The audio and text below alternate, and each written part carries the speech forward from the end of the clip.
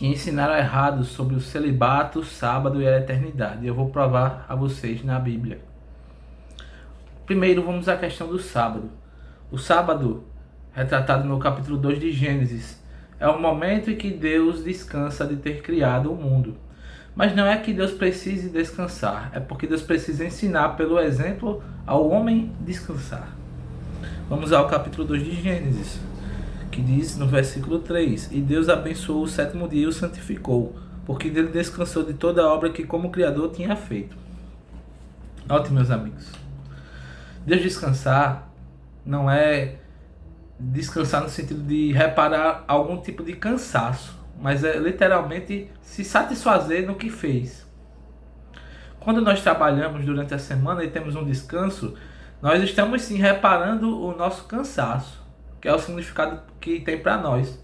Mas no sentido de Deus que recai sobre nós, é a ideia de que nós podemos nos alegrar também. É lazer, é descanso, é sobriedade, é saúde, plenitude.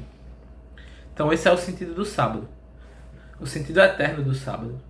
Mas muitas vezes vimos nas escrituras os fariseus e os saduceus querendo enquadrar Jesus e o acusando de curar, de ajudar e de fazer coisas que não poderiam ser feitas em um sábado.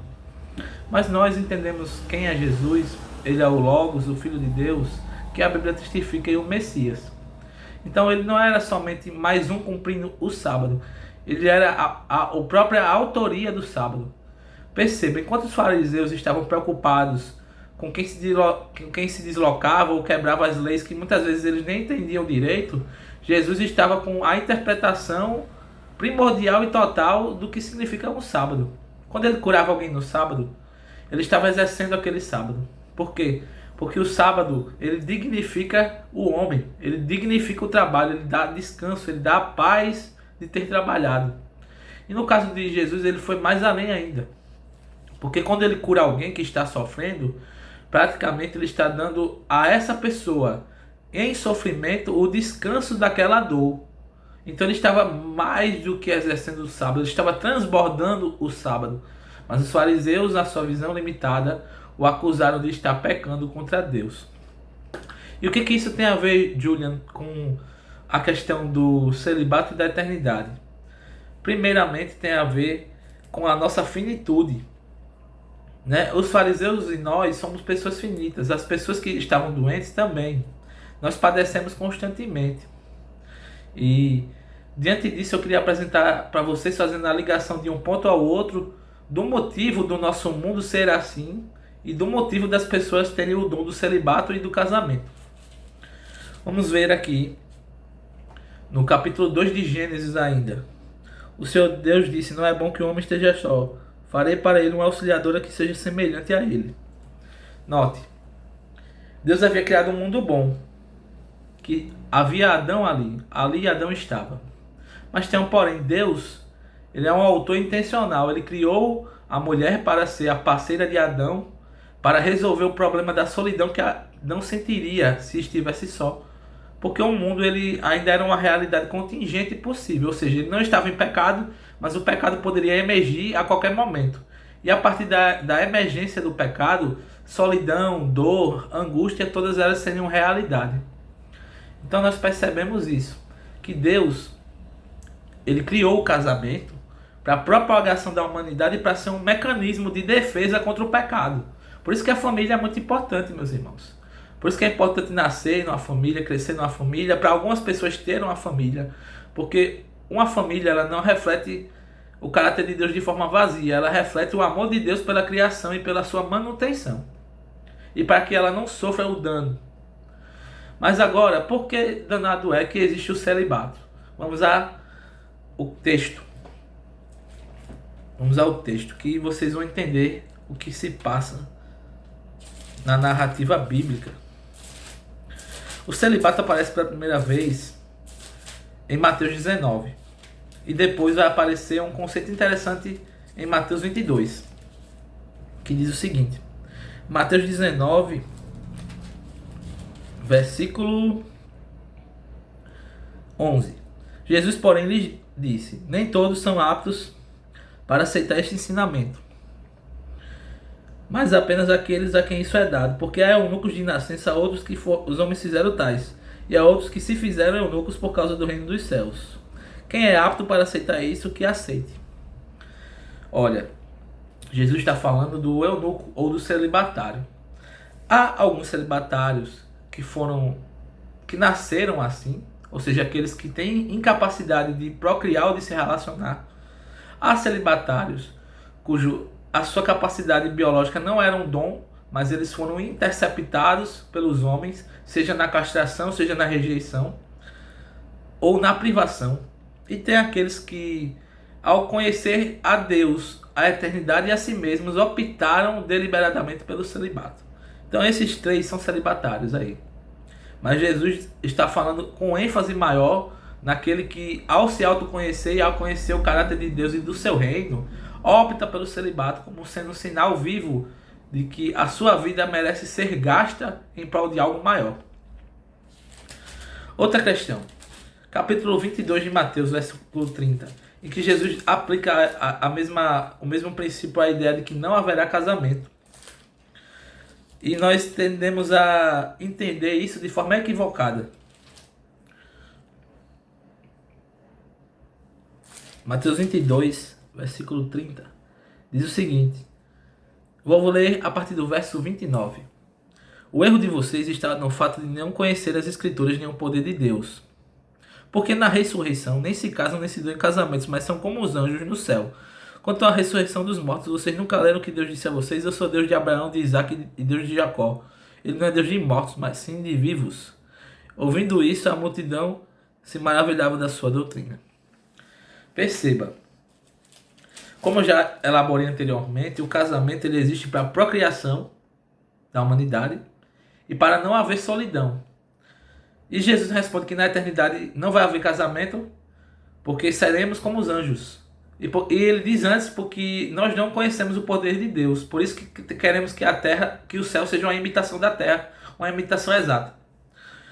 Mas note, se o casamento, como eu já expliquei, foi criado para conter a solidão, e agora Jesus disse que nós não conhecemos o poder, por isso que erramos, e que no céu não haverá casamento. Então, o que é o céu, né? O céu, eu posso explicar aqui claramente o que ele é e o que ele não é. O céu não é um lugar de fantasmas. Jesus ressuscitou no corpo glorioso, soma pneumaticon, deixando para trás o corpo biológico, soma psíquicos, acho que é alguma coisa assim. Então, a realidade eterna ela não é a realidade desencorpada, não é uma realidade que essas coisas, né, que o toque, que a fala, que a audição não ocorram.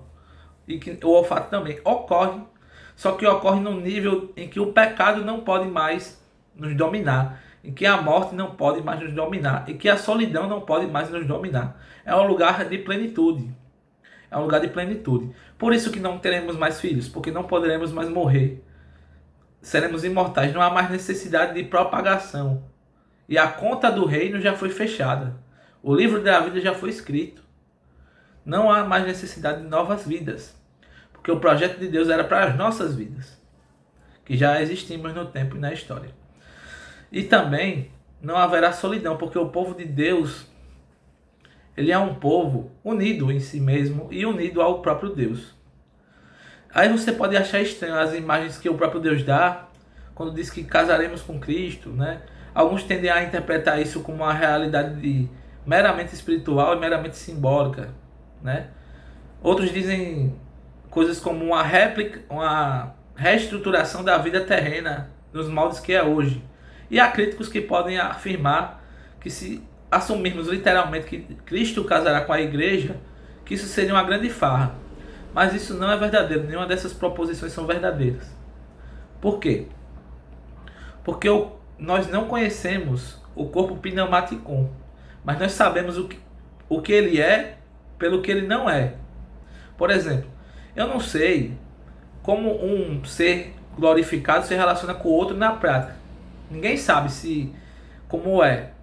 Ninguém pode afirmar nem negar sobre essa questão. Mas o que nós podemos afirmar é que não é igual ao corpo físico. É um corpo glorificado. Ele tem uma dinâmica, uma atração, um estado de ontologia superior. Então, haverá sim a redenção da humanidade como um todo. Mas a humanidade nunca será menos do que ela foi, ela será mais. Mas de que forma, não sabemos. É um mistério para todos nós. Mas a hierarquia é correta. Os irmãos serão como um, e Cristo será como o seu marido. Os irmãos serão como uma noiva, e Cristo será como o seu marido. Isso implica o quê? Que a humanidade ela estará tão interligada consigo mesma, uns com os outros e com Cristo, que seria mais ou menos dizer que Deus é um em todos, que é o grande objetivo das Escrituras. A Bíblia relata que a realidade do reino de Deus é como que a glória de Deus e o seu conhecimento cobrissem todo o ser que existe, da mesma forma que as águas cobrem o mar. É uma sensação de plenitude, de paz, em que não falta nada, em que tudo transborda para além de nós mesmos. Essa é a realidade suprapneumaticum, a realidade do reino de Deus. Então, por que algumas pessoas, por vocação, por entender isso, essa realidade, e por não quererem mais participar das dinâmicas do mundo, não porque as desprezam, mas porque já estão absolvidas por outra dinâmica, que é a dinâmica celestial, elas decidem o celibato? Porque o celibato, eu vou dizer o que ele não é. Ele não é uma antecipação do reino de Deus.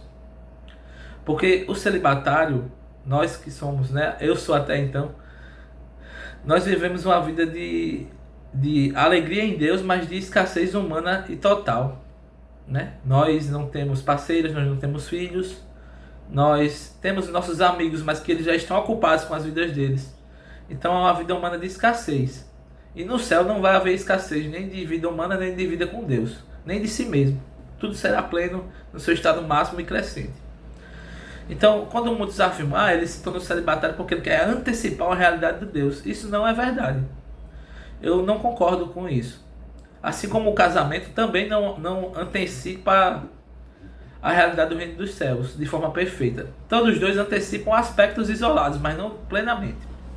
O que eu acredito é que há pessoas cujo Deus idealizou que nesta era, apesar da finitude, apesar do pecado e apesar da dor, casassem, para refletir um aspecto da glória de Deus. Pessoas que estão no celibato, elas têm desejos, assim como as outras, mas elas refletem um outro aspecto da glória de Deus. E no final, quando todos nós formos ressurretos pela glória e o poder de Jesus Cristo, na sua vinda, na sua descida dos céus, não haverá mais essa distinção. Não haverá casados, não haverá celibatários. Haverá uma nova dinâmica que cumpre Deus e nossos anseios de forma perfeita. Então esse foi o meu ensinamento baseado nas Escrituras. Espero que Deus nos abençoe.